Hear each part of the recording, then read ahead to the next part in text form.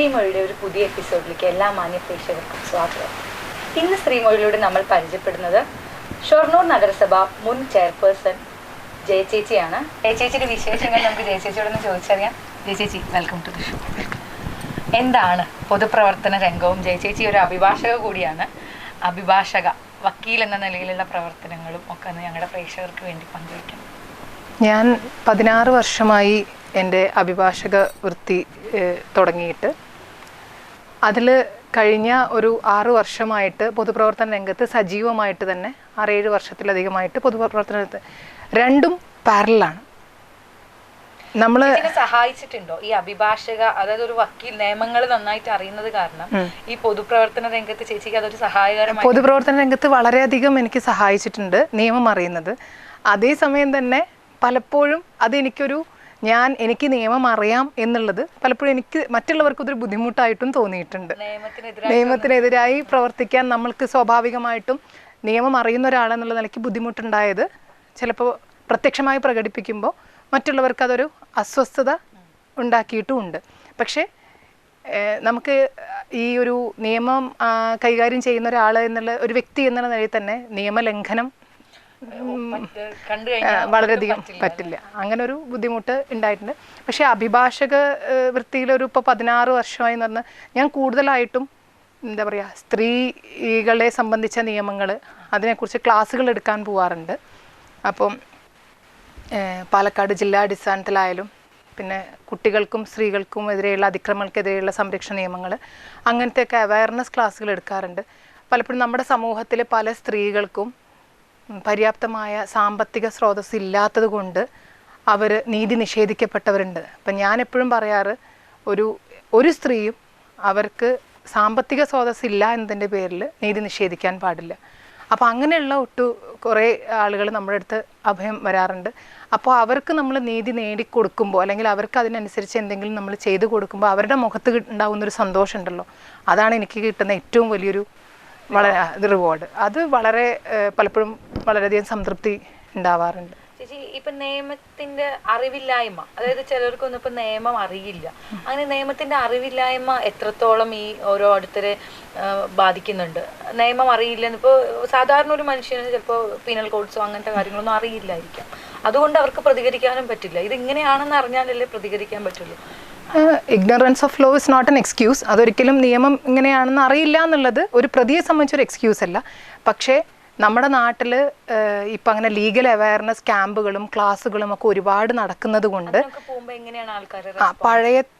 പഴയ പോലെ അത്ര അവയർനെസ് കുറഞ്ഞ ആളുകൾ താരതമ്യേന കുറവാണ്. നമ്മൾ ഓരോ പ്രോഗ്രാമിന് പോകുമ്പോഴും ഓഡിയൻസ് വളരെയധികം ആകാംക്ഷയോടുകൂടി നമ്മൾ കൈകാര്യം ചെയ്യുന്ന പല വിഷയങ്ങളുടെയും വളരെ ഡെപ്തിലേക്കുള്ള ക്വസ്റ്റ്യൻസ് നമ്മളോട് ചോദിക്കാറുണ്ട്. അത് കൂടുതലായിട്ടും പഞ്ചായത്ത് അല്ലെങ്കിൽ മുനിസിപ്പൽ തലത്തിലുള്ള ക്ലാസ്സുകൾക്കൊക്കെ ആകുമ്പോൾ ഇപ്പോൾ അംഗനവാടി ടീച്ചേഴ്സ്, അയൽക്കൂട്ടം, അവരുടെയൊക്കെ ക്ലാസ്സുകളൊക്കെയാണ് നമ്മൾ കൂടുതലായിട്ട് പോകാറുള്ളത്. അപ്പോൾ അവരാണ് ആക്ച്വലി സൊസൈറ്റിയിൽ ദേ ആർ ദ സൊസൈറ്റി എന്ന് നമുക്ക് പറയാം. കാരണം എല്ലാ പ്രശ്നങ്ങളും എല്ലാവർക്കും അറിഞ്ഞുകൊള്ളണമെന്നില്ല. പക്ഷേ ഒരു അയൽക്കൂട്ടം അല്ലെങ്കിൽ അവിടുത്തെ സ്ത്രീകൾക്ക് അവരുടെ സമീപ പ്രദേശത്തുള്ള സ്ത്രീകളുടെ പ്രശ്നങ്ങൾ അവർക്ക് വ്യക്തമായിട്ട് അറിയും. അപ്പോൾ ഏത് വീട്ടിലെ ഏതൊക്കെ സ്ത്രീകൾക്ക് എങ്ങനെയൊക്കെ തരത്തിലുള്ള പ്രശ്നങ്ങളുണ്ട്, അല്ലെങ്കിൽ കുട്ടികൾക്ക് വല്ല പീഡനങ്ങൾ അനുഭവിക്കുന്നവരുണ്ടോ, സാമ്പത്തികമായ വല്ല ബുദ്ധിമുട്ടുകൾ വളരെയധികം ഉള്ളവരാണോ, അങ്ങനെയുള്ള പ്രശ്നങ്ങളൊക്കെ അവർക്കാണ് കൂടുതൽ അറിയുക. അപ്പോൾ അവർ കൂടുതൽ നമ്മളോട് ചോദിക്കും, ഞങ്ങളുടെ അടുത്ത വീട്ടിൽ ഇങ്ങനെ ഉണ്ട്. ചിലപ്പോൾ ആ സ്ത്രീക്ക് വരാൻ പറ്റില്ലായിരിക്കാം, വീട്ടിലെ ഗാർഹികമായ പല പ്രശ്നങ്ങളുണ്ട്. അപ്പോൾ അവരാണ് നമ്മളടുത്ത് ചോദിക്കും, ഞങ്ങളുടെ അടുത്ത വീട്ടിൽ ഇങ്ങനെ ഒരു പ്രശ്നമുണ്ട്, അതിനെന്താ ചെയ്യാൻ പറ്റുക എന്നൊക്കെ പറഞ്ഞിട്ട് നമ്മളോട് ഇങ്ങോട്ട് ചോദിക്കാറുണ്ട്. അപ്പോൾ അവർക്ക് നമ്മൾ പറഞ്ഞ പഴയ പോലെ ഇഗ്നറൻസ് ഓഫ് എന്താ പറയുക സ്റ്റാറ്റ്യൂട്ടുകൾ അല്ലെങ്കിൽ നിയമത്തെക്കുറിച്ച് അത്ര അറിവ് താരതമ്യേന കുറവാണെന്ന്. എന്നാലും ഉണ്ട്. ഇപ്പൊ ഈ സ്ത്രീകളെ സംരക്ഷിക്കുന്ന നിയമങ്ങൾ ഒരുപാടുണ്ട്. പക്ഷെ അത് നിയമങ്ങൾ ഉണ്ടെങ്കിലും അത് പ്രാവർത്തികമാക്കുന്നത് വളരെ കുറവല്ലേ? ഇപ്പൊ ഒരു രാത്രി യാത്ര ചെയ്യുന്ന ഒരു സ്ത്രീ, നിയമം ഒരിക്കലും രാത്രി സ്ത്രീയോട് യാത്ര ചെയ്യരുതെന്നോ അല്ലെങ്കിൽ ചെയ്യണമെന്നോ ഒന്നും അനുശാസിക്കുന്നില്ല. പക്ഷെ നമ്മുടെ സമൂഹം ഒരു സമയം കൽപ്പിച്ച് നൽകി, അസമയം എന്നൊരു സമയം കൽപ്പിച്ച് നൽകി അങ്ങനെ ചെയ്യുന്നുണ്ട്. അപ്പൊ അതിന് എതിരെ അങ്ങനെയൊക്കെ ആൾക്കാർ വന്ന് പറയാറുണ്ടോ? ഇതിൽ ആദ്യം പറയുകയാണെങ്കിൽ സ്ത്രീകൾക്ക് വേണ്ടി ഒരുപാട് നിയമങ്ങളുണ്ട്. സ്ത്രീ സുരക്ഷ ബേസ് ചെയ്തിട്ടാണ് നമ്മുടെ ഭരണഘടനാപരമായിട്ടുള്ള നിയമങ്ങളെല്ലാം ഉണ്ടാക്കിയിരിക്കുന്നത്. എല്ലാ നിയമങ്ങളുടെയും എന്താ പറയുക, mother of all laws are constitution. ഭരണഘടനയിൽ നിന്നാണ് എല്ലാ നിയമങ്ങളും ഉണ്ടായിരിക്കുന്നത്. അപ്പോൾ അതിൽ തന്നെ സ്ത്രീകൾക്കും കുട്ടികൾക്കും പ്രത്യേകമായ നിയമങ്ങൾ ഉണ്ടാക്കാൻ ഓരോ സ്റ്റേറ്റിനും അധികാരമുണ്ട്. ആർട്ടിക്കിൾ 15(3) പ്രകാരമാണ് ഇപ്പോൾ ഓരോ സ്റ്റേറ്റിനാണെങ്കിലും സെൻട്രൽ ഗവൺമെൻറ്റും അതാത് കാലത്തിനനുസരിച്ച് നിയമങ്ങൾ ഉണ്ടാക്കാം, മാറ്റാം. അങ്ങനെയാണ് ഇപ്പോൾ ഏറ്റവും അടുത്തായിട്ട് protection of children from sexual offences act എന്ന് പറഞ്ഞിട്ട് എല്ലാ കുട്ടികൾക്കും ലൈംഗിക അതിക്രമങ്ങളിൽ നിന്ന് സംരക്ഷണത്തിനുള്ള നിയമം 2012 വന്നു. അങ്ങനെ എല്ലാ കാര്യങ്ങൾക്കും നിയമമുണ്ടെങ്കിലും ഇതിനൊക്കെ മറികടക്കുന്ന ഒരു സൊസൈറ്റി നമുക്കുണ്ട്. അതെ, അപ്പോൾ സൊസൈറ്റിയിൽ പല വിലക്കുകൾ അനാവശ്യമായിട്ട് ഉണ്ട്. പക്ഷേ അതിപ്പോൾ നമ്മളൊക്കെ ഉൾപ്പെടുന്നതാണ്. ഞാനും ആ സൊസൈറ്റിയുടെ ഒരു ഭാഗമാണ്. ഇപ്പം ഞാൻ ബീങ് ആൻ അഡ്വക്കേറ്റ്, ഞാനൊരു വക്കീലാണ് എന്നൊക്കെ പറഞ്ഞാലും, ഞാൻ രാത്രി 12:30 ഇറങ്ങിപ്പോയി നടന്നു കഴിഞ്ഞാലും ഞാൻ സെക്യൂർ ആണ് നമുക്ക് ഉറച്ചു പറയാൻ സാധിക്കില്ല. അത് നമ്മുടെ സൊസൈറ്റിയുടെ ഒരു കൺസെപ്റ്റാണ്, അങ്ങനെ അത് മോശമാണെന്നൊക്കെ. പക്ഷേ അങ്ങനെ ഒരു സ്ത്രീക്ക് അതിക്രമങ്ങൾ നടന്നാൽ അതിന് പിങ്ക് പോലീസ് ഉണ്ട്, പോലീസിനെ വിളിക്കാനുള്ള സംവിധാനങ്ങളുണ്ട്. സഡനായിട്ട് ആക്ട് ചെയ്തിട്ടില്ല എങ്കിൽ, സപ്പോസ് പോലീസിൻ്റെ ഭാഗത്തുനിന്നൊരു നെഗ്ലിജൻസ് വന്നു എന്ന് വയ്ക്കുക, നമ്മൾ വിളിച്ചുടനെ റെസ്പോണ്ട് ചെയ്തില്ല, അല്ലെങ്കിൽ സ്ത്രീക്കെതിരെയുള്ള ഒരു പരാതി പെട്ടെന്ന് എടുത്തില്ല, അതിന് ആ കൺസേൺ SHOനെതിരെ വരെ നിയമ നടപടികൾ എടുക്കാൻ നമ്മുടെ IPC അനുശാസിക്കുന്നുണ്ട്. അപ്പോൾ അത് കൃത്യമായിട്ട് നമ്മൾ ഇൻവോക്ക് ചെയ്യുകയാണെന്നുണ്ടെങ്കിൽ നമ്മുടെ എല്ലാ പോലീസ് ഓഫീസേഴ്സും കൂടുതൽ അലേർട്ട് ആവുകയും ചെയ്യും, അതുപോലെ തന്നെ നമ്മളും കൂടുതൽ സെക്യൂർ ആവുകയും ചെയ്യും. അങ്ങനെയാണ്. അപ്പോൾ രാത്രി നടക്കുന്നത് മാത്രം അല്ല, അതും പറയാം. ഈ സ്ത്രീകളെ സംബന്ധിച്ചിട്ടുള്ളൊരു സെക്യൂരിറ്റി എന്ന് പറയുന്നത് നമ്മൾ അങ്ങനെ എപ്പോഴും സ്വന്തം വീടിനകത്ത് തന്നെ സ്ത്രീ സുരക്ഷിത. പിന്നെ രണ്ടാമത്തെ ഒരു കാര്യം എന്ന് പറഞ്ഞാൽ, ഈ സ്ത്രീ സുരക്ഷ എന്നൊരു വിഷയത്തെക്കുറിച്ച് ഞാൻ പലപ്പോഴും പല സ്ഥലത്തും ക്ലാസ് എടുക്കാൻ ഒക്കെ പോകുമ്പോൾ എനിക്കെപ്പോഴും തോന്നാറുള്ളത്, ഒരു സ്ത്രീ ശാക്തീകരണം അല്ലെങ്കിൽ സ്ത്രീ സുരക്ഷ എന്നുള്ളത് ഒരു ലൈംഗിക അതിക്രമങ്ങളിൽ മാത്രം ഒതുങ്ങി പോവുകയാണെന്ന്. അവിടെ ചെന്നാൽ എല്ലാവർക്കും ചോദിക്കാനുള്ളത്, അവർ 19 വയസ്സ് 20 വയസ്സായൊരു കുട്ടി വേറൊരാളായിട്ട് അവർ തമ്മിൽ ഇഷ്ടത്തിലായിരുന്നു, ഇങ്ങനത്തെ സംശയങ്ങളാണ്. എന്നാൽ നമ്മൾ യഥാർത്ഥ സ്ത്രീകൾ അനുഭവിക്കുന്ന പ്രശ്നം ഇത് മാത്രമാണോ?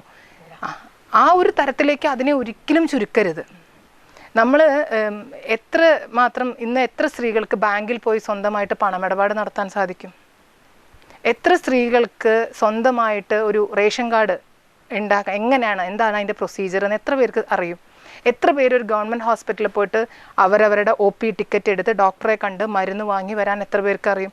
വളരെ ചുരുക്കം ആളുകൾക്കാണ് സ്ത്രീകൾക്കറിയുള്ളൂ. പക്ഷെ ആ യഥാർത്ഥ പ്രശ്നങ്ങൾക്കൊന്നും അവബോധം വരുത്താതെ സ്ത്രീ എന്ന് പറഞ്ഞാൽ അത് മറ്റൊരു തരത്തിൽ സ്ത്രീയെ താഴ്ത്തിക്കെട്ടുന്നതിന് തുല്യമാണ്. അതിനൊരു ഏറിയ ഒരു പങ്കും കുറേയൊക്കെ മാധ്യമങ്ങൾക്ക് ഉണ്ട് എന്നുള്ളത് തീരെ നമ്മൾ തള്ളിക്കളയാൻ പറ്റില്ല.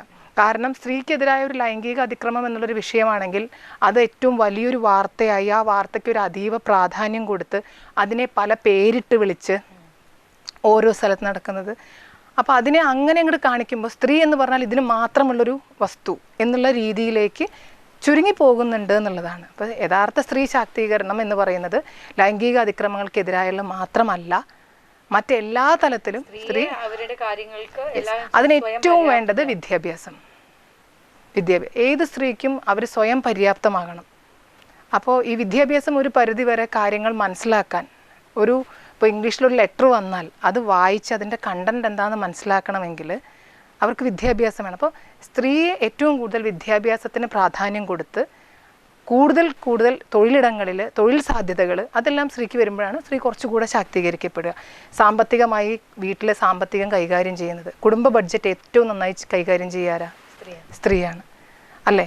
അപ്പോൾ അത്തരം രംഗങ്ങളിലൊക്കെയാണ് സ്ത്രീ കൂടുതൽ ഉയർന്ന് മുന്നോട്ട് വരേണ്ടത്. അതാണ് യഥാർത്ഥ സ്ത്രീ ശാക്തീകരണം എന്നാണ് ഞാൻ വിശ്വസിക്കുന്നത്. അടുത്തതായിട്ട് നമ്മൾ ചേച്ചി ഇവിടെ ഷൊർണൂർ മുനിസിപ്പൽ വൈസ് ചെയർപേഴ്സൺ ആയിരുന്നല്ലോ, ആ ഒരു കാലയളവ് എങ്ങനെയായിരുന്നു ജീവിതത്തിൽ? ഞാൻ 2.5 വർഷമാണ് ഷൊർണൂർ നഗരസഭ വൈസ് ചെയർപേഴ്സൺ ആയിട്ടുണ്ടായിരുന്നത്. എനിക്ക് രാഷ്ട്രീയപരമായിട്ട് ഒത്തിരി കാര്യങ്ങളൊന്നും ചെയ്യാൻ കഴിഞ്ഞു എന്നൊന്നും ഞാൻ അവകാശവാദമൊന്നും ഞാൻ ഉന്നയിക്കുന്നില്ല.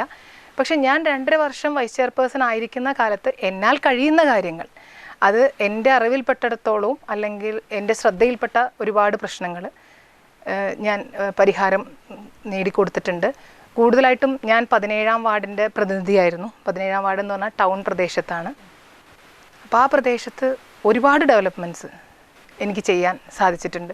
കാരണം ഞാൻ അവിടെ കൗൺസിലറായിട്ട് വരുന്ന സമയത്ത് ആ വാർഡ് എന്ന് പറയുന്നത് പൊതുവെ എല്ലാവർക്കും ഒരു അഭിപ്രായം ഉണ്ടായിരുന്നത് സാമ്പത്തികമായി അല്പം ഉയർന്നു നിൽക്കുന്ന ആളുകൾ താമസിക്കുന്ന ഒരു പ്രദേശമാണ്. അപ്പോൾ അവിടെ അതുകൊണ്ട് വീട് റിപ്പയറിങ്ങിനായാലും വാർദ്ധക്യകാല പെൻഷനായാലും അല്ലെങ്കിൽ വിധവാ പെൻഷനായാലും ഒന്നും ആർക്കും ആവശ്യമേ ഇല്ല എന്നായിരുന്നു. പക്ഷെ ഞാൻ അവിടെ കൗൺസിലറായി വന്നതിന് ശേഷമാണ് ഒരുപാട് ആളുകൾക്ക് ഇന്നും അവർക്കത് വളരെ സ്നേഹത്തോടെ എന്നെ കണ്ടാൽ ഓർക്കുന്നവരുണ്ട്. കാരണം സർക്കാരിൽ നിന്ന് ലഭിക്കുന്ന 1000 രൂപ ആനുകൂല്യങ്ങൾ അത് ഒരുമിച്ചൊരു സംഖ്യയായി ലഭിക്കുമ്പോൾ അവർക്ക് വളരെയധികം സന്തോഷമുണ്ട്. അതുമാതിരി വിധവാ പെൻഷനുകൾ ഒക്കെ അതിനൊക്കെ അതിൻ്റെ പ്രൊസീജിയേഴ്സ് എന്താണെന്നും അങ്ങനെ ഒന്നുണ്ടെന്ന് പോലും അറിയാത്തവരുണ്ടായിരുന്നു. പിന്നെ ഷൊർണൂർ ടൗൺ അംഗനവാടി ഏറ്റവും മോശമായ അവസ്ഥയിലായിരുന്നു കിടക്കുന്നുണ്ടായിരുന്നത്. അതൊരുപാട് പ്രശ്നങ്ങളുടെ ഭാഗമായിട്ടിരിക്കുകയായിരുന്നു. അപ്പോൾ അതൊക്കെ നവീകരണ പ്രവർത്തനങ്ങളൊക്കെ നടത്തി. അപ്പോൾ എൻ്റെ വാർഡ് എനിക്ക് ചുമതലയുള്ള അല്ലെങ്കിൽ ഞാൻ കൗൺസിലറായി എന്നെ ജയിപ്പിച്ച ജനങ്ങൾക്ക് എനിക്ക് പരമാവധി ഞാൻ നീതി പുലർത്താൻ സാധിച്ചിട്ടുണ്ട്. വിദ്യാഭ്യാസ കാലഘട്ടം എങ്ങനെയായിരുന്നു? ഞാൻ എൻ്റെ അച്ഛൻ കനറ ബാങ്ക് മാനേജറായിരുന്നു. അപ്പോൾ അത് കാരണം ലക്നൗ ഒക്കെ ആയിരുന്നു ഉണ്ടായിരുന്നത്. ഞാൻ പഠിച്ചത് ബാംഗ്ലൂരാണ്, LLB പഠിച്ചത് ബാംഗ്ലൂരാണ്. കുറച്ച് സമയം ഷൊർണൂർ സെൻറ്റ് തെരേസാസിൽ പഠിച്ചിട്ടുണ്ട്. പിന്നെ കൂടുതൽ ഗുരുവായൂരൊക്കെ ആയിരുന്നു പഠിച്ചിട്ടുണ്ടായിരുന്നത്. വിദ്യാഭ്യാസ കാലഘട്ടം എന്നൊക്കെ പറഞ്ഞാൽ എല്ലാ ഒരു വിദ്യാർത്ഥികളുടെ നിയമം എങ്ങനെയാണ്? നിയമത്തിനോടുള്ള ഇഷ്ടം കൊണ്ടാണോ അതോ ഒരു വൈറ്റ് കോളർ ജോബ് എന്നുള്ള ആ ഒരു ഇതുകൊണ്ടാണോ നിയമം? ഞാൻ ഒരിക്കലും നിയമം ഒരു വൈറ്റ് കോളർ ജോബാണെന്ന് അംഗീകരിക്കാൻ ഇഷ്ടപ്പെടുന്നില്ല. കാരണം ഏറ്റവും സമൂഹത്തിൽ ഏറ്റവും ബുദ്ധിമുട്ട് അനുഭവിക്കുന്നവരുടെ അവസ്ഥ നേരിട്ട് ബോധ്യപ്പെടുന്ന ഒരു പ്രൊഫഷനാണ് അഡ്വക്കസി. കാരണം ഒരിക്കലും ഒരു പോലീസ് സ്റ്റേഷനിൽ എത്തിയാൽ പോലും എല്ലാ പ്രശ്നങ്ങളും അവിടെ തുറന്നു പറഞ്ഞോളണം എന്നില്ല. എന്നാണ് പറയരുത് എന്നാണ് പറയുക. അപ്പം നമ്മൾ ചില ക്ലയൻസൊക്കെ നമ്മുടെ മുന്നിൽ വരുമ്പോൾ ചിലപ്പോൾ നമ്മൾ ചോദിക്കാറുണ്ട്, നിങ്ങൾ എന്തുകൊണ്ടാണ് അത് പോലീസ് സ്റ്റേഷനിൽ പറയാതിരുന്നത്? അപ്പോൾ അങ്ങനെ പറയാൻ പറ്റാത്ത പല കാര്യങ്ങൾ പോലും നമ്മളോട് അവർ വളരെ കോൺഫിഡൻഷ്യലായിട്ട് പറയാറുണ്ട്. അപ്പോൾ ഒരിക്കലും നിയമം ഒരു വൈറ്റ് കോളർ ജോബാണെന്ന് ഞാൻ വിശ്വസിക്കുന്നില്ല. 2, എനിക്കൊരു തിരിച്ചറിവ് വന്ന കാലം മുതലേ ലീഗൽ പ്രൊഫഷൻ അല്ലെങ്കിൽ ജേർണലിസം അതിനോടൊരു താല്പര്യമായിരുന്നു. അങ്ങനെ തന്നെയാണ് ഞാൻ അതിനോടുള്ള ഇഷ്ടം കൊണ്ട് തന്നെയാണ് ലീഗൽ പ്രൊഫഷൻ എടുത്തത്. കുറച്ച് കാലഘട്ടം എനിക്കൊരു ജുഡീഷ്യറിയിലേക്കൊരു മോഹം ഉണ്ടായിരുന്നു. ഞാൻ അതിനായിട്ട് കുറച്ച് വർക്ക് ചെയ്യുകയൊക്കെ ചെയ്തിട്ടും ഉണ്ടായിരുന്നു. ഇപ്പോഴും അതിൻ്റെ പ്രോസസ്സൊക്കെ നടക്കുന്നുണ്ട്. പക്ഷേ ആദ്യ ടെസ്റ്റൊക്കെ നോക്കിയ സമയത്ത് അതിൽ ഞാൻ പാസ് ഔട്ട് ആയിട്ട് ഉണ്ടായിരുന്നില്ല. ഫസ്റ്റ് 2 എക്സാംസ് പാസ്സായി, പിന്നെ ഉണ്ടായില്ല. അപ്പോൾ എനിക്ക് വിചാരിച്ചിരുന്നു ഞാനൊരു ജുഡീഷ്യൽ ഓഫീസർ ആയാലാണ് കൂടുതൽ കാര്യങ്ങൾ നമുക്ക് ചെയ്യാൻ സാധിക്കും. പക്ഷേ പിന്നെ എനിക്ക് ഈ പ്രൊഫഷനോട് വളരെയധികം ഇഷ്ടമൊക്കെ തോന്നിയപ്പോൾ ഇതാണ് ഏറ്റവും നല്ലത്. കാരണം എന്ത് കാര്യത്തിൻ്റെയും മറുവശം കാണുന്നവരാണ് ഞങ്ങൾ. ഒരു പത്രവാർത്ത വായിച്ചാൽ എല്ലാവരും കാണുന്ന കാഴ്ചയിലല്ല ഞങ്ങൾ കാണുക, നോക്കുക. അപ്പോൾ ഏതൊരു വാർത്തയ്ക്കും മറുപുറം എന്തൊരു ഫാക്റ്റിൻ്റെയും മറ്റൊരു വശം കാണുന്നവരാണ് ഞങ്ങൾ.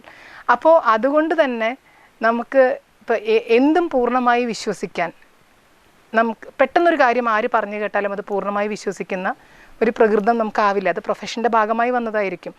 നമ്മൾ പറയില്ലേ ഒരു കോയിന് 2 വശമുണ്ട് എന്ന്.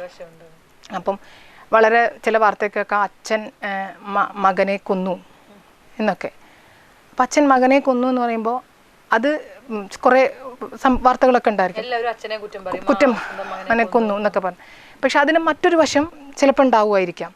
അപ്പം അങ്ങനെയുള്ളൊരു വശങ്ങളും അതായത് നിയമം പറയുന്നത് 1000 കുറ്റവാളി രക്ഷപ്പെട്ടാലും ഒരു അപരാധി ശിക്ഷിക്കപ്പെടരുത് എന്നാണ്. അപ്പോൾ ചിലപ്പോൾ അച്ഛൻ തന്നെയാണോ യഥാർത്ഥ കൾപ്രിട്ട്? അതാണ് ഞങ്ങളുടെ പ്രൊഫഷൻ നമ്മൾ ചിന്തിക്കുക. അപ്പോൾ നമ്മൾ ആദ്യം ഒരു വാർത്ത കാണുമ്പോൾ അതിൻ്റെ സാഹചര്യങ്ങളിലൂടെയൊക്കെ നമ്മളൊന്ന് പോയി നമ്മുടെ മനസ്സൊന്ന് ഓടും. അപ്പോൾ അതുകൊണ്ട് എല്ലാം എന്താ പറയുക, അങ്ങനെ ഒരു എന്താ പറയുക സത്യാന്വേഷണം എന്നൊക്കെ പറയില്ലേ, അല്ലെങ്കിൽ തെളിവുകളുടെ ഞാൻ കൂടുതൽ ക്രിമിനൽ സൈഡാണ് കൂടുതൽ പ്രാക്ടീസ് ചെയ്യുന്നതും, കൂടുതൽ ക്രിമിനൽ സൈഡാണ്. ഇപ്പം പിന്നെ ഫാമിലി കോർട്ട് ഒറ്റപ്പാലത്തുണ്ട്. ഫാമിലി മാറ്റേഴ്സ് കൂടുതലായിട്ട് വരുന്നുമുണ്ട്. നമ്മുടെ ഈ ഒരു ജൂറിസ്ഡിക്ഷനിലും ഒക്കെ വളരെയധികം ഫാമിലി ഇഷ്യൂസ് ഉണ്ട്. അപ്പോൾ അത് തന്നെ ഫാമിലി കോർട്ടിലും ഉണ്ട്. പക്ഷെ കൂടുതലായിട്ട് ക്രിമിനൽ കോടതിയിലാണ് ഉണ്ടാവാറ്. അപ്പോൾ ക്രിമിനൽ കോടതി എന്ന് പറയുമ്പോൾ എന്താണെന്ന് വെച്ച് കഴിഞ്ഞാൽ എപ്പോഴും പോലീസ് അവരൊക്കെ ആയിട്ടുള്ള ഒരു സമ്പർക്കങ്ങൾ കൂടുതലായിരിക്കും. അപ്പോൾ അവിടെ നമുക്ക് പ്രൊഫഷനിൽ ശരിക്കും നമുക്ക് കരിയർ വളരെ അവിടെ ആ കരിയർ നമുക്ക് വളരെ നമ്മളൊക്കെ എത്രമാത്രം എക്സ്പ്ലോർ ചെയ്യാൻ പറ്റും അത്രയും നമുക്ക് ഓപ്പർച്യൂണിറ്റീസ് ഉണ്ട്. എനിക്കങ്ങനെ ഒരിക്കലും ഞാനൊരു സ്ത്രീയാണെന്നതിൻ്റെ പേരിൽ ക്രിമിനൽ സൈഡിൽ നിന്ന് മാറ്റി നിന്നു എന്നൊരു ഫീലിംഗ് ഒരിക്കലും തോന്നിയിട്ടില്ല. അത് വലിയൊരു കാര്യമാണ്. അത് അതുപോലെ തന്നെ ചേച്ചി ഇപ്പോൾ ക്രിമിനൽ സൈഡാണ് കൂടുതൽ നോക്കുന്നതെന്ന് തോന്നുന്നു. അപ്പോൾ ഈ ക്രിമിനൽ നമ്മുടെ കൊലപാതകങ്ങൾ അങ്ങനത്തെ കേസുകളൊക്കെ ബാധിച്ചിട്ടുണ്ടോ? അതായത് ഒറ്റപ്പാലത്തെ സംബന്ധിച്ച് ഒറ്റപ്പാലത്ത് ഒരു മജിസ്ട്രേറ്റ് കോർട്ടുണ്ട്, 2 സെഷൻസ് കോർട്ടുണ്ട്. അപ്പോൾ 2 സെഷൻസ് കോടതിയിലാണ് ഇത്തരം ഗ്രേവ് ക്രൈംസ് ഒക്കെ ട്രയലിന് വരുന്നത്. ഞാൻ അധികം മജിസ്ട്രേറ്റ് കോടതിയിലാണ്, പക്ഷേ ക്രിമിനൽ സൈഡിലെ ട്രയൽ കേസസ് വലിയ കേസസിലൊക്കെ വരുമ്പോൾ, സെഷൻസ് കേസസ് ഒക്കെ വരുമ്പോൾ അവിടെ പോകാറുണ്ട്. പാലക്കാട് സെഷൻസ് കോർട്ടുണ്ട്, അവിടെയും പോകാറുണ്ട്. അങ്ങനെ എടുത്ത് പറയത്തക്ക ഓർമ്മയിൽ നിൽക്കുന്ന ഒരു കേസ് ഉണ്ടോ? ഞാൻ അങ്ങനെ ഓർമ്മയിൽ നിൽക്കുക എന്ന് പറഞ്ഞാൽ ഒരൊറ്റ ഇൻസിഡൻ്റ് ആയിട്ടൊന്നുമില്ല. ഒരുപാട് ഇപ്പം എന്താ പറയുക, മർഡർ കേസായാലും എനിക്ക് സ്റ്റേറ്റ് ബ്രീഫ് കിട്ടിയിട്ടുണ്ടായിരുന്നു. അതിപ്പോൾ ഞാൻ അതാണ് പറഞ്ഞത്, അമ്മയെ കൊന്നു മകൻ എന്ന് പറഞ്ഞിട്ടുള്ളൊരു കേസ് ഉണ്ടായിരുന്നു. അപ്പോൾ അതിൽ ഞാൻ ആ കേസ് നടത്തിയിട്ടുണ്ടായിരുന്നു. ആ കേസ് എക്യൂറ്റ് ചെയ്തു. പിന്നെ അടിപിടി കേസുകൾക്ക് ധാരാളം 307 എന്താ പറയുക, കൊലപാതക ശ്രമം, പിന്നെ ചാരായത്തിൻ്റെ കേസ്, അപ്പോൾ അതൊക്കെ ഉണ്ടാവാറുണ്ട്. തെളിവുകളുടെ അഭാവത്തിൽ പലപ്പോഴും കേസുകൾ വിട്ടുപോകാറുണ്ട്. സ്ത്രീ എന്ന നിലയിൽ ഇപ്പോൾ അടിപിടി കേസൊക്കെ വരുമ്പോൾ, ഇപ്പോൾ ഒരു മെയിൽ അഡ്വക്കേറ്റ് ആണെങ്കിൽ പെട്ടെന്ന് എനിക്ക് തോന്നുന്നു ഏത് നട്ടപ്പാതിരിക്കും ഇപ്പോൾ ഒരു അടിപിടി കേസ് ഉണ്ടായി അല്ലെങ്കിൽ ഒരു അപകടം എന്തെങ്കിലും ഉണ്ടായി ഓടിക്കേറിച്ചില്ല. അതുപോലെ സ്ത്രീകളെ അപ്രോച്ച് ചെയ്യുമ്പോൾ എന്തെങ്കിലും മാറ്റം തോന്നിയിട്ടുണ്ടോ? Depends on your personality. എനിക്കങ്ങനെ ഒരിക്കലും തോന്നിയിട്ടില്ല. എന്നെ ഇപ്പോൾ ഒരു കേസിൻ്റെ സംബന്ധമായ ആവശ്യങ്ങൾക്കാണെങ്കിൽ ഏത് സമയത്താണെങ്കിലും അവർക്ക് എൻ്റെ ക്ലയൻസ് ആണെങ്കിൽ അല്ലെങ്കിൽ എന്നെ അറിയുന്നവർക്കാണെങ്കിൽ എന്നെ വിളിച്ച് അവർക്ക് നിയമോപദേശം എനിക്കറിയുന്ന മാതിരി ഞാൻ പറഞ്ഞു കൊടുക്കാറുണ്ട്. അപ്പോൾ കൂടുതൽ അങ്ങനെ ഒരു ഫീമെയിൽ ആയതുകൊണ്ട് ആളുകൾക്ക് എന്നോട് അപ്രോച്ച് ചെയ്യാനുമില്ല. കാരണം that's part of our profession. അപ്പോൾ നമ്മളൊരാൾ നമ്മുടെ അടുത്ത് വന്നിട്ട് അവർക്കുണ്ടായ യാഥാർത്ഥ്യങ്ങൾ നമ്മളോട് തുറന്നു പറയാൻ നമുക്കൊരു മടി ആവശ്യമില്ല. നമുക്ക് നമ്മളോട് പറയാനുള്ള കാര്യങ്ങൾ സത്യസന്ധമായി നമ്മളോട് പറഞ്ഞിരിക്കും. അത് നിങ്ങൾ മെയിലാണോ നിങ്ങൾ ഫീമെയിൽ ആണോ എന്നില്ല. നിങ്ങളൊരു പ്രൊഫഷൻ ചെയ്യുമ്പോൾ യു ആർ എ പ്രൊഫഷണൽ. അപ്പോൾ പ്രൊഫഷണൽ എത്തിക്സും നിങ്ങൾ പ്രൊഫഷണലാണ്. അപ്പം നിങ്ങളോട് അവരുടെ കാര്യങ്ങൾ പറയണം. പലപ്പോഴും പറയാൻ പറ്റാത്ത പല കാര്യങ്ങളായിരിക്കാം ഒരു അടിപിടിയിലേക്ക് അവസാനിച്ചിട്ടുണ്ടായിരിക്കുക, പലപ്പോഴും കുടുംബത്തിലെ മറ്റു പല വിഷയങ്ങളും. അപ്പോൾ അതൊക്കെ നമ്മളോട് പറയുമ്പോൾ നമ്മളും അത് ആ സെൻസിലേ എടുക്കാൻ ഉള്ളൂ. അത് ഞാൻ പലപ്പോഴും എൻ്റെ ക്ലയൻസ് എന്നോട് പറയാറുണ്ട്, മാഡത്തിനോട് പറഞ്ഞാൽ ഫിക്സഡ് ഡെപ്പോസിറ്റ് ഇട്ട മാതിരിയാണ്, പോവില്ല. അത് നമ്മുടെ വിശ്വാസം. അതുപോലെ തന്നെ ഇപ്പോൾ എനിക്ക് തോന്നുന്നു കുടുംബ ബന്ധങ്ങൾ ഇപ്പോൾ വളരെ ശിഥിലമായിക്കൊണ്ടിരിക്കുന്ന ഒരു കാലഘട്ടമാണ്. പല കാരണങ്ങൾ കൊണ്ടാണെങ്കിലും കുടുംബ ബന്ധങ്ങൾ ഉദ്ദേശിക്കുന്ന അച്ഛൻ മകളാണെങ്കിലും അമ്മ മകൻ അല്ലെങ്കിൽ ഹസ്ബൻഡ് ആൻഡ് വൈഫ്, അതിലൊക്കെ ഒരു നിയമ പരിരക്ഷ കൊടുക്കാൻ എത്രത്തോളം സാധിച്ചിട്ടുണ്ട്? ഇപ്പോൾ ഫാമിലി ബോണ്ടേജ് വളരെയധികം കുറഞ്ഞിരിക്കുകയാണ്. എല്ലാവരും എന്താ പറയുക, നമ്മൾ അണുകുടുംബ വ്യവസ്ഥയിലേക്ക് മാറി എന്ന് പറയുമ്പോഴും പണ്ട് നമുക്ക് മുത്തശ്ശനും മുത്തശ്ശിയൊക്കെ കുട്ടികൾക്ക് നല്ല കാര്യങ്ങൾ പറഞ്ഞു കൊടുക്കാനുണ്ടായിരുന്നെങ്കിൽ ഇന്ന് അവരുടെയൊക്കെ ഒരു അഭാവം എങ്ങനെയാണെങ്കിലും നമ്മുടെ കൾച്ചറിനെ നന്നായിട്ട് എഫക്റ്റ് ചെയ്യുന്നുണ്ട്. പിന്നെ ഫാമിലി കേസസിലെന്ന് പറയുമ്പം മുൻകാലങ്ങളിൽ എന്തായിരുന്നു എന്ന് വെച്ച് കഴിഞ്ഞാൽ, ഇപ്പോൾ നമ്മൾ പറയും നമ്മുടെ പ്രദേശത്തൊക്കെ കൈ വിരലുകൊണ്ട് എണ്ണാവുന്ന ഒരു ഡൈവേഴ്സ് കേസസ് ഒക്കെ ആവും വരിക, അല്ലെങ്കിൽ മാട്രിമോണിയൽ ഇഷ്യൂസൊക്കെ അത്രയായിരിക്കും. ഇന്ന് നമ്മുടെ ചുറ്റുവട്ടത്തൊന്ന് കണ്ണോടിച്ചാൽ തന്നെ ഒരു 100-ൽ കൂടുതൽ ഡിവോഴ്സ് കേസസോ മാട്രിമോണിയൽ ഇഷ്യൂസോ റിപ്പോർട്ട് ചെയ്യുന്നതും കേസ് കൊടുക്കാതെ വീട്ടിലിരിക്കുന്നവരും ഒക്കെ ആയിട്ട് ഒരുപാടുണ്ടായിരിക്കും. അപ്പോൾ അതിനൊക്കെ എന്താ കാരണം എന്ന് വെച്ച് കഴിഞ്ഞാൽ, പണ്ടൊക്കെ കുറച്ച് പക്വത വന്ന ആളുകൾ ഉപദേശിച്ചു കൊടുക്കും, മോളെ നീ എങ്ങനെയെങ്കിലും അവരെ വീട്ടിൽ പോയി അഡ്ജസ്റ്റ് ചെയ്യണം, ജീവിതമാണ് വലുത് എന്നൊക്കെ. ഇന്ന് നമ്മൾ പാരൻസ് എന്താ പറയുന്നത്, നീ ഇങ്ങോട്ട് പോകുന്നു, നിനക്ക് കഴിയാനുള്ളതൊക്കെ ഇവിടെ ഉണ്ട്, അങ്ങനെ അവിടെ നിന്നൊന്നും സഹിക്കേണ്ട ആവശ്യമില്ല, നിനക്ക് വേണ്ടെങ്കിൽ വേണ്ട, നിൻ്റെ ജീവിതമാണ്. അപ്പോൾ ആ ഒരു വ്യത്യാസം കുട്ടികളിലും ഉണ്ട്. പക്ഷേ അതുപോലെ തന്നെ പെൺകുട്ടികളൊക്കെ വളരെ എഫിഷ്യൻ്റാണ്. അവരൊക്കെ ആരെയും ഡിപ്പെൻഡ് ചെയ്യാൻ അവർ ഇഷ്ടപ്പെടുന്നവരല്ല, അതുമുണ്ട്. ഇന്ന് പലപ്പോഴും പല ക്ലയൻസ് എൻ്റെ അടുത്ത് വന്നിട്ട് പറയുന്ന ഒരിതാണ്, മാഡം ഒരു കടയിൽ എടുത്തു കൊടുക്കാൻ പോയാൽ എനിക്ക് 7000 രൂപ ശമ്പളം കിട്ടും, എനിക്ക് എന്തിനാ മാഡം ഇയാളുടെ അടിയും കുത്തുമൊക്കെ കൊണ്ടിരിക്കേണ്ട ആവശ്യം എന്ന് പറയുന്നുണ്ട്. അപ്പോൾ ഫിനാൻഷ്യൽ ഇൻഡിപെൻഡൻസി ഉണ്ടല്ലോ, അതൊരു വലിയ ഫാക്ടറാണ്. ഇപ്പോൾ പണ്ടത്തെ സ്ത്രീകൾ ഒരു പക്ഷേ ഒരു പരിധി വരെ സഫർ ചെയ്തൊക്കെ ജീവിച്ചത് അതുകൊണ്ടായിരിക്കും ആണ്. അപ്പോൾ ഇന്നതില്ല. അപ്പം അത് കാരണം അവരൊക്കെ എന്താണെന്ന് വെച്ച് കഴിഞ്ഞാൽ അങ്ങനെ ഒരു ഇതിൻ്റെ ആവശ്യം എന്താണെന്ന് ചോദിക്കുന്നവരുണ്ട്. പിന്നെ എന്താ പറയുക, കുറേ നമ്മൾ പറയുന്ന മാതിരി എല്ലാ പുരുഷന്മാരും മോശക്കാരൊന്നുമല്ല. ഞാൻ എത്രയോ കേസുകളിൽ കാണാറുണ്ട്, കല്യാണം കഴിഞ്ഞു പോയി എന്നതിൻ്റെ പേരിൽ മാത്രം സഫർ ചെയ്യുന്ന പുരുഷന്മാരെയും കാണാറുണ്ട്. അതുപോലെ തന്നെ സ്ത്രീകളും ഉണ്ട്. പക്ഷേ ഡിസേർവ് ചെയ്യുന്നവർ, ശരിയായ അവർക്ക് എന്താ പറയുക, ഇപ്പം മെയിൻ്റനൻസ് ഒക്കെ അവോയ്ഡ് ചെയ്യുമ്പോൾ ഡിസേർവ് ചെയ്യുന്നവർ വളരെ ചുരുക്കമാണ്. കാരണം ഇതിപ്പോൾ ഒരു മെയിൻ്റനൻസ് ഇത് കിട്ടിയിട്ട് ജീവിക്കാൻ വേണ്ടിയിട്ടൊന്നുമല്ല, ഇത് അവരെ ഒന്ന് പ്രഷർ ടാക്ടീസിലാക്കുക എന്നുള്ളത് കൊണ്ടാണ് വരുന്നത്. പിന്നെ ഫാമിലി കോർട്ട് ഇപ്പോൾ ഒറ്റപ്പാലത്ത് പാലക്കാട് ജില്ലയിൽ 2 ഫാമിലി കോർട്ടാണ്. One set Ottapalam, other set Palakkad. ഈ ഒറ്റപ്പാലത്ത് തന്നെ ഇപ്പം മാസം ജൂണാണ് മാർച്ചാണ് കഴിഞ്ഞു. ഇപ്പോൾ മാർച്ച് കഴിയുമ്പോൾ മാർച്ച് 30 ജൂണിലാണ് കണക്ക് നോക്കുക. അതുകൊണ്ടാണ് പറയാൻ കാരണം മാർച്ചിലൊക്കെ വരുമ്പോൾ തന്നെ 100 120 OP നമ്പർ വരാൻ തുടങ്ങി. അതായത് ഈ ഒറ്റപ്പാലം താലൂക്കിൻ്റെ ഉള്ളിൽ തന്നെ ഇത്രയും കേസസ് വരുന്നു. ഇത് പാലക്കാട് ജില്ലയിലെ 2 കോടതികളിൽ ഒന്നാണ്. അപ്പോൾ ശരിക്കും അത് വളരെയധികം ആശങ്ക ഉണ്ടാക്കുന്നതാണ്. കാരണം മറ്റു കോടതികളുടെ എണ്ണം കൂടുന്നത് പോലെയല്ല കുടുംബ കോടതികളുടെ എണ്ണം കൂടുന്നത്. അതെപ്പോഴും സമൂഹത്തിന് നല്ലൊരു മെസ്സേജ് അല്ല കൊടുക്കുക. പക്ഷെ അവിടെ പറ്റുന്ന രീതിയിലൊക്കെ സ്ത്രീകൾ നിയമപരമായി വരുന്ന നിയമത്തിൻ്റെ പരിധിക്കുള്ളിൽ നിന്നുകൊണ്ട് തന്നെ അവർക്കൊക്കെ അതിൻ്റെ റിലീഫുകൾ കിട്ടാറുമുണ്ട്. ഫാമിലിയുടെ സപ്പോർട്ട് ഇപ്പോൾ മോളാണ്. എനിക്ക് 2 പെൺകുട്ടികൾ. എന്താ ചെയ്യുന്നത്? ഒരാൾ മൂത്ത കുട്ടി 10ാം ക്ലാസ് ഇപ്പോൾ കഴിഞ്ഞിരുന്നു. രണ്ടാമത്തെ ആൾ 2ാം ക്ലാസ്സിൽ കഴിഞ്ഞു. ഏത് സ്കൂൾ? രണ്ടുപേരും കാർമല്. എങ്ങനെയാണ് മക്കള് ഇപ്പൊ ഇതൊരു ടൈംലെസ് ജോബ് അല്ലേ? അതായത് ഇന്ന സമയം പ്രിസ്ക്രൈബ് ടൈം. അപ്പൊ എങ്ങനെയാണ് അവർ അഡ്ജസ്റ്റ് ചെയ്തോളൂ? നല്ലോണം അഡ്ജസ്റ്റ് ചെയ്യുന്നുണ്ട്. നല്ല തിരക്കുകൾ. പിന്നെ എൻ്റെ മൂത്ത മകൾ എന്നെ വളരെയധികം സപ്പോർട്ട് ചെയ്യും. കാരണം അവളും എൻ്റെ ഓഫീസ് വീട്ടിൽ തന്നെയാണ് വന്നു കഴിഞ്ഞാൽ. അപ്പോൾ അവരും കാണുന്നുണ്ട് തിരക്കുകൾ. പക്ഷെ ഞാൻ അതിനെ അവരോട് എന്താ പറയുക വെച്ചാൽ എൻ്റെ മുന്നിലിരിക്കുന്ന ചെയറിലുള്ള ഓരോരുത്തരുടെയും പ്രശ്നങ്ങൾ ചെറുതായിട്ടെങ്കിലും ഞാൻ എൻ്റെ വീട്ടിലെപ്പോഴും ഡിസ്കസ് ചെയ്യും. അപ്പോൾ എന്താണെന്ന് വെച്ച് കഴിഞ്ഞാൽ ഇതാണ് സൊസൈറ്റി, അല്ലാണ്ട് അവർ കാണുന്ന ഒരു ഗ്ലാമറസ് വേൾഡൊന്നും അല്ല സൊസൈറ്റി എന്നുള്ളത് മനസ്സിലാക്കാൻ വേണ്ടിയിട്ട് ഞാൻ എപ്പോഴും അവരോട് പറയും, നോക്കും മോളെ, ചിലപ്പോഴും പല missing cases, women missing case, അല്ലെങ്കിൽ കല്യാണം സ്നേഹിച്ചു പോയി കഴിഞ്ഞു പിന്നെ പ്രശ്നമായി വരുന്നവർ, അങ്ങനെയൊക്കെ ഉണ്ട്. അപ്പോൾ ഞാൻ അതൊക്കെ അവരോട് പറഞ്ഞു കൊടുക്കാറുണ്ട്. പിന്നെ കൂടുതൽ കാര്യങ്ങൾ ഞാൻ എൻ്റെ മൂത്ത മോളായിട്ട് പിന്നെ ഇനി എന്താണ് നമ്മുടെ ഒരു പൊതുപ്രവർത്തനം തന്നെയാണോ അതോ രണ്ടും കൂടെ ഇതേപോലെ പാരലലായിട്ട് കൊണ്ടുപോകും? എനിക്ക് എന്നെ എപ്പോഴും നല്ലൊരു വക്കീൽ എന്നുള്ള ഐഡൻറ്റിഫൈ ചെയ്യാനാണ് കൂടുതൽ താല്പര്യം. പിന്നെ എൻ്റെ പ്രൊഫഷൻ എന്ന് പറഞ്ഞാൽ എന്നും പഠിക്കേണ്ട ഒരു പ്രൊഫഷനാണ്. ഞാൻ ഇപ്പോഴും ഒന്നും ആയിട്ടില്ല എന്ന് വിശ്വസിക്കുന്ന ഒരാളാണ് ഞാൻ. കടലിൽ കല്ലിട്ടിട്ട് തിരയാൻ അതാണ് നിയമം. അത്രയും വാസ്റ്റാണ്. അപ്പം ഞാൻ ഇപ്പോഴും ഒന്നും ആയിട്ടില്ല. എൻ്റെ 16 വർഷമായിട്ടുണ്ടെങ്കിലും എനിക്കിപ്പോഴും ഓരോ കേസ് ഞാൻ കയ്യിലെടുക്കുമ്പോഴും ഞാൻ ആദ്യം ക്രോസ് ചെയ്യാൻ നിൽക്കുന്ന ഒരു അഭിഭാഷക എന്നുള്ള അവസ്ഥയാണ്. അപ്പം എൻ്റെ പ്രൊഫഷനിൽ തന്നെ നല്ലൊരു വക്കീലാണ് എന്ന് ഐഡൻറ്റിഫൈ ചെയ്യാനാണ് ഇഷ്ടം, അതിനാണ് താല്പര്യവും. പക്ഷെ അതിനോടൊപ്പം തന്നെ എന്നാൽ കഴിയുന്ന മാതിരി പൊതുപ്രവർത്തന രംഗത്ത് സജീവമാകാൻ ഞാൻ ആഗ്രഹിക്കുന്നു. എന്തായാലും ആഗ്രഹങ്ങളൊക്കെ നടക്കട്ടെ. നല്ലൊരു അഭിഭാഷകയാവട്ടെ, ജുഡീഷ്യറി അതുപോലെ വല്ല മജിസ്ട്രേറ്റോ അങ്ങനെയുള്ള ഒരു പോസ്റ്റിൽ എത്തട്ടെ എന്ന് ആശംസിക്കുന്നു. ഇത്രയും നേരം വന്ന STVയിലെ പ്രേക്ഷകർക്ക് വേണ്ടി ഇത്രയും നല്ല അറിവുകൾ പങ്കുവച്ചതിന് ഒരുപാട് നന്ദി.